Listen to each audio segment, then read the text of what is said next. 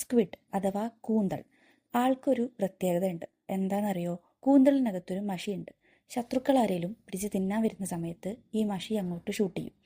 പിന്നെ ചുറ്റുള്ളതൊന്നും കാണാൻ പറ്റില്ലല്ലോ. ഈ ഗ്യാപ്പിൽ ആൾ എസ്കേപ്പ് ആവും.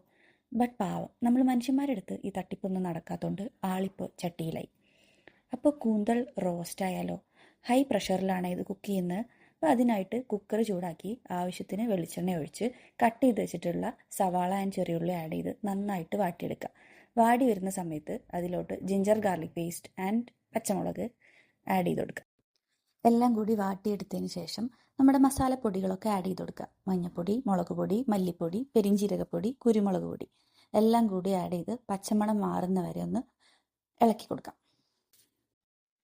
പിന്നെ നമ്മൾ തക്കാളി കൂടി ആഡ് ചെയ്ത് നന്നായിട്ട് വാട്ടിയെടുക്കുക. അതിനുശേഷം ക്ലീൻ ചെയ്ത് റൗണ്ടായി കട്ട് ചെയ്ത് വെച്ചിട്ടുള്ള സ്ക്വിഡ് ആഡ് ചെയ്തിട്ട് നന്നായിട്ട് മിക്സ് ചെയ്ത് കൊടുക്കുക.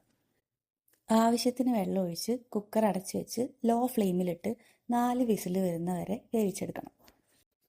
റോസ്റ്റ് ഫോമിലായതുകൊണ്ട് തന്നെ വെള്ളം വറ്റുന്നത് വരെ വെയിറ്റ് ചെയ്ത് കൊടുക്കുക. ഫ്ലേവറിന് വേണ്ടിയിട്ട് കറിവേപ്പില ആഡ് ചെയ്യുക. ന്യൂട്രിയൻസിൻ്റെ കാര്യത്തിലും ഒട്ടും പുറകിലല്ല കേട്ടോ സ്ക്വിഡ്. 100 ഗ്രാം സ്ക്വിഡിൽ 18 ഗ്രാം പ്രോട്ടീൻ ഉണ്ട്.